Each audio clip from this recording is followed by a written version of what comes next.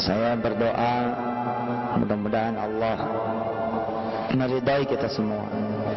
Karena tanpa ridha Allah SWT, kita nggak bisa ngambil apapun yang Allah punya. Karena semuanya punya Allah. Qul, katakan, lillahil masyriqu wal maghrib.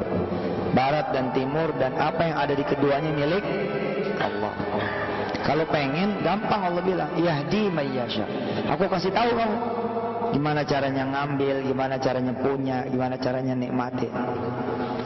Insyaallah. Jadi soal perkembangan Petren terakhir ini dan juga langkah-langkah ke depan, biarlah itu menjadi urusan teman-teman semua dan manajemen. Tapi satu hal yang menjadi urusan saya pribadi adalah urusan asas, yakni urusan basic, urusan tauhidnya, urusan akidahnya, urusan akhlaknya.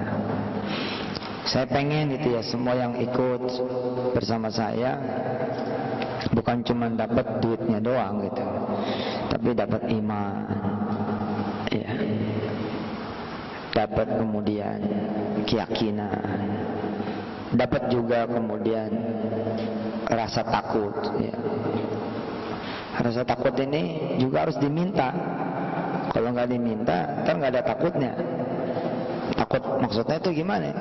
Ya yakin sama Allah, takut juga sama Allah. Al-yakin wal khauf.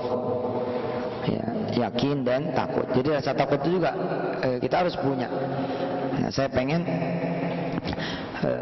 bagaimana kemudian keluarga besar Petren juga menjadi orang-orang yang takut itu, takut rezekinya nggak benar, takut rezekinya nggak halal.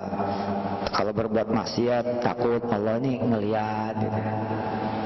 Karena terhindar dari perbuatan maksiat dan dosa itu lebih mahal daripada harta apapun di dunia ini. Saudara menjadi leader yang penghasilannya miliaran, tapi sama Allah nggak ada takutnya, waduh, nggak bakal cukup tuh nanti nebus siksa akhirat.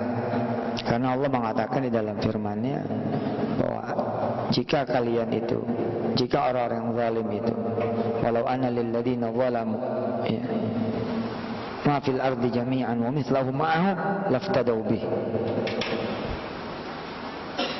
min su'il adabi yaumal qiyamah. Kalau sekiranya kita dan orang-orang yang zalim ini punya harta sebanyak bumi, seberat bumi, seluas bumi, segede bumi, bukan main tuh.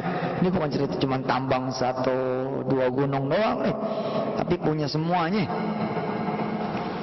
Dan Allah bilang punya lagi yang serupa dengannya. Jadi ada 2 tuh. Niscaya mereka akan merintih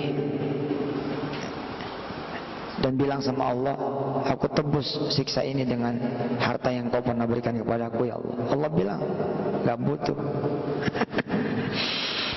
Ya. Saya ngamanain banget tuh ke Mas Dedi. Ayo Ded, gimana nih caranya jadi UTREN gitu ya, Universitas Petren, Akademi Petren. Dan cara kita kan terbukti lebih cepat. Untuk sebuah kampus membuat anak menjadi sukses bisa lama loh Pak, bisa panjang kali lebar ya. Tapi yang namanya Universitas Quran, Universitas Hadis, Universitas Sunnah, ada orang yang cuma 5 menit ketemunya sama saya, tapi jadi 5 menit. That's all.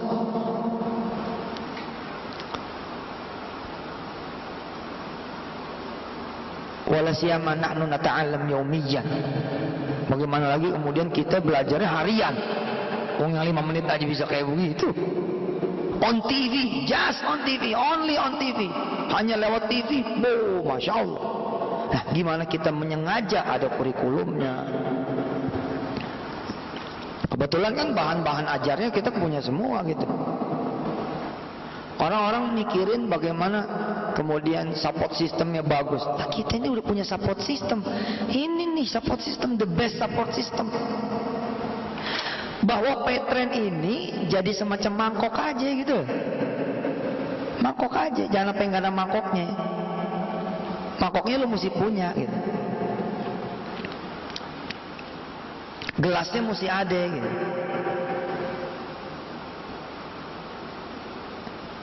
Istilah kata warungnya mesti diadain, dagangannya juga mesti diadain. Itu tawakalnya jadi bener gitu. Tapi ilmunya kalau tidak membungkus warung ini jadi masalah. Aduh, nggak bisa beli obat nih, nggak ada yang beli. Nah, mulai berperkara. Disitulah asasi tauhidnya. Sabar ya nak, sama jualan belum laku. Nah, terus urusannya apa? Sepintas kayaknya bener banget tuh kalimat. Coba kalimatnya kan bener banget tuh. Sabar ya nak, keren kan? Sampai situ sabar bener. Tapi ketika dia nyebut dagangan mama belum laku, masalah. Itu yang menghalangi dia mendapatkan apa yang dia inginkan.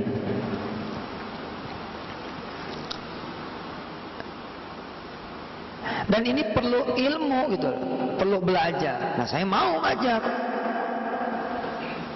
Dan bahan ajar kita kan umpama kata saya meninggal dunia pun tetap bisa dijalanin karena kita udah online. Nah, bagaimana nge-push orang supaya bisa ngaji one day one ayat? Anda siapa? Saya Petren, Pak. Apa untungnya Petren? Alhamdulillah saya dulu nggak bisa ngaji, Pak. Sejak ikut Petren saya bisa ngaji. Itu demi Allah lebih membanggakan buat saya. Ketimbang apa? Saya pengalaman tuh datang ke leader. Ini rumah nih, ustadznya alhamdulillah wasilahnya. Tapi tetap dia ninggalin saya. Ketika ada yang bisa memberi lebih daripada itu. Makanya nggak bangga saya. Buat apa sih bangga sama yang begitu? Akhirnya saya pun tetap ya jadi tidak manfaat. Saya lebih bangga ketika orang bilang, alhamdulillah saya sejak gabung sama Petren, saya sholat duhanya kemarin bolong-bolong, sekarang alhamdulillah minim-minim 2 lah saya nggak tinggal. Oh, itu bangga banget. Dan itu ya grafik rezekinya beda. Wallah beda pasti, beda.